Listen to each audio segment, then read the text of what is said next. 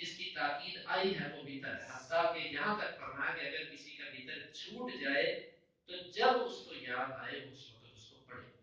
وطر کی ادائیگی کا حکم دیا کہ اگر اس کو نہیں یاد رہا تو اس کو پڑھے، ضرور پڑھے، اتنی تاکید ہے اس وطر کی۔ پھر امام بخاری کا استدلال یہاں سے کہ پھر ان کو یہ بتلا کہ اللہ نے ان پر صدقہ فرض کیا ہے۔ صدقے سے مراد زکات کا جو صدقے کا لفظ کبھی زکات پر بولا جاتا ہے، کبھی یہ فطرانے پر بولا جاتا ہے، اور کبھی عام جو بندہ اللہ کے راستے میں خرچ کرتا ہے کبھی اس پر بولا جاتا ہے۔ صدقہ کئی معنی کے اندر استعمال ہوتا ہے۔ تو فرمایا کہ ان کے امیروں سے یہ زکات لی جائے گی اور ان کے فقیروں پر لوٹا دی جائے گی۔ امیروں سے یہ زکات، امیر جو بھی ہو اس سے زکات لی جائے گی۔ یا پھر ایک اختلافی مسئلہ ہے، جو یتیم بچہ ہے یا نابالغ بچہ، اس کے مال پر زکات پڑتی ہے کہ نہیں پڑتی؟ ائمہ ثلاثہ، امام مالک، امام احمد بن حنبل، امام شافعی رحمہ اللہ، اور اسی طرح صحابہ کرام کی جمع غفیر، اور اسی طرح نبی صلی اللہ علیہ وسلم کی احادیث، یہ سب اس بات پر دلالت کرتی ہیں اور یہ سب اس بات کے قائل ہیں کہ جو مالدار ہے وہ بڑا ہے کہ چھوٹا ہے، کیونکہ اس کا تعلق مال کے ساتھ ہے، مال کے ساتھ ہے، انسان کے نفس کے ساتھ نہیں ہے۔ نماز اس وقت فرض ہوتی ہے جب وہ بالغ ہو جائے، دین کے احکامات اس پر باقی اس وقت متوجہ ہوتے ہیں جب وہ بالغ ہو جائے، لیکن زکوٰۃ کا معاملہ مال کے ساتھ ہے، اور اس میں مصلحت فقیروں کی ہے کہ اس میں فقیر کا فائدہ ہے۔ تو جو بچہ نابالغ بھی ہو لیکن ہو مالدار، اس کا مال اتنا ہو کہ نصاب زکوٰۃ کو پہنچتا ہو، اس کو زکوٰۃ دینی پڑے گی۔ دلیل اس کی کیا ہے؟ دلیل اس کی حدیث ہے، نبی صلی اللہ علیہ وسلم نے فرمایا کہ جس کسی کے پاس یتیم کا مال ہو، وہ یتیم کے مال کو ویسے ہی نہ پڑا رہنے دے کہ ہر سال زکات پڑھ پڑھ کے اس کا مال زکات ہی کھا جائے، ایسا نہ کرے، بلکہ یتیم کے مال کو وہ تجارت کے اندر لگائے تاکہ اس کا مال بڑھتا رہے اور ہر سال زکات دینے سے اس کا مال کم نہ ہو۔ یہ حدیث ہے واضح، اس کا صاف مطلب ہے کہ یتیم کو زکات دینا پڑے گی، دے گا وہ۔ لیکن بعض لوگوں کی فقہ کا مسئلہ یہ ہے، وہ کہتے ہیں کہ نہیں جی وہ بچہ ہے، بچے پر اسلام کے احکامات متوجہ نہیں ہوتے، اس لیے اس کو زکات نہیں دینی پڑے گی۔ حالانکہ آپ نے سن لی، حدیث کی باتیں سن لی، سارے ائمہ کا موقف ایک طرف ہے، لہذا بچہ ہے، یتیم ہے، نابالغ ہے، جو بھی ہے، اگر اس کے پاس اتنا مال ہے کہ جو نصاب زکات کو پہنچتا ہے تو اس کو زکات دینا پڑے گی، یہ راجح موقف ہے۔ اب یہاں پر ایک مسئلہ ہے کہ حدیث میں آپ نے فرمایا کہ ان کے امیروں سے لیا جائے گا اور انہی کے فقیروں پر لوٹایا جائے گا۔ یہاں پر امام شافعی رحمہ اللہ اور دیگر محدثین کا موقف یہ ہے، ایک شہر کی زکات دوسرے شہر میں نہیں دی جا سکتی، کیونکہ حدیث کے لفظ ہے انہی کے امیروں سے لیا جائے گا اور انہی کے فقیروں میں لوٹایا جائے گا۔ بعض لوگ یہ کہتے ہیں کہ نہیں، دوسرے شہروں میں بھی دی جا سکتی ہے، ضروری نہیں اس شہر میں دینا۔ اس میں ہمیں جو بہتر معلوم ہوتا ہے واللہ اعلم بالصواب، وہ یہ ہے کہ سب سے پہلے تو جس شہر کی زکات ہے اس شہر کے فقراء میں دی جائے، کیونکہ جو قریبی ہوتا ہے اس کا حق زیادہ ہے۔ اسی لیے جو انسان کا پڑوسی ہوتا ہے، رشتہ داروں کو دینے کے بعد پڑوسی کا حق زیادہ ہے دوسرے کو دینے کی وجہ سے۔ تو ایک شہر کے رہنے والے تقریباً پڑوسی ہی بنتے ہیں، تو سب سے پہلے ہونا یہ چاہیے کہ ایک شہر کی زکات اسی شہر کے فقراء، غرباء، مساکین کے اندر تقسیم کی جائے۔ اگر وہاں سے بچ جائے تو پھر دوسرے شہر میں بھی بچی ہوئی زکات منتقل کی جا سکتی ہے۔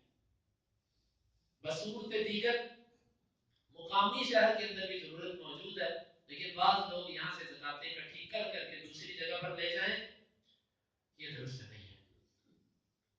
اس لیے یہ جو معاملات ہیں صدقہ کرنے کے، یہ سب سے پہلے اپنے شہروں میں دیکھے جائیں گے، اپنے علاقوں میں دیکھے جائیں گے، اپنے گلی محلے پڑوس رشتہ داروں میں دیکھا جائے گا، پھر دوسروں کی طرف جایا جائے گا اگر وہاں پر کوئی ضرورت مند نہ ہو۔ یہی چیز حدیث سے بھی معلوم ہوتی ہے کہ انہی کے امیروں سے لیا جائے گا اور انہی کے فقیروں پر اس کو لوٹا دیا جائے گا۔ نبی صلی اللہ علیہ وسلم کی طرف سے جو زکات اکٹھی کرنے والا جاتا تھا نا، یہ نہیں ملتا کہ وہ اونٹ لاد کر سونے چاندی کے لے کر آتا ہوتا تھا، یہ نہیں کہیں بھی ملتا، بلکہ جو عامل ہوتا تھا اس کی یہ پابندی، اس کی ذمہ داری یہ بھی ہوتی تھی کہ جس شہر سے تمہیں زکات اکٹھی کرنی ہے اسی شہر میں تمہیں فقیروں میں بانٹ کے بھی آنی ہے۔ مسلمانوں کا ذمہ دار جاتا ایک شہر سے زکات اکٹھی کرتا وہیں پہ بانٹ کے آ جاتا.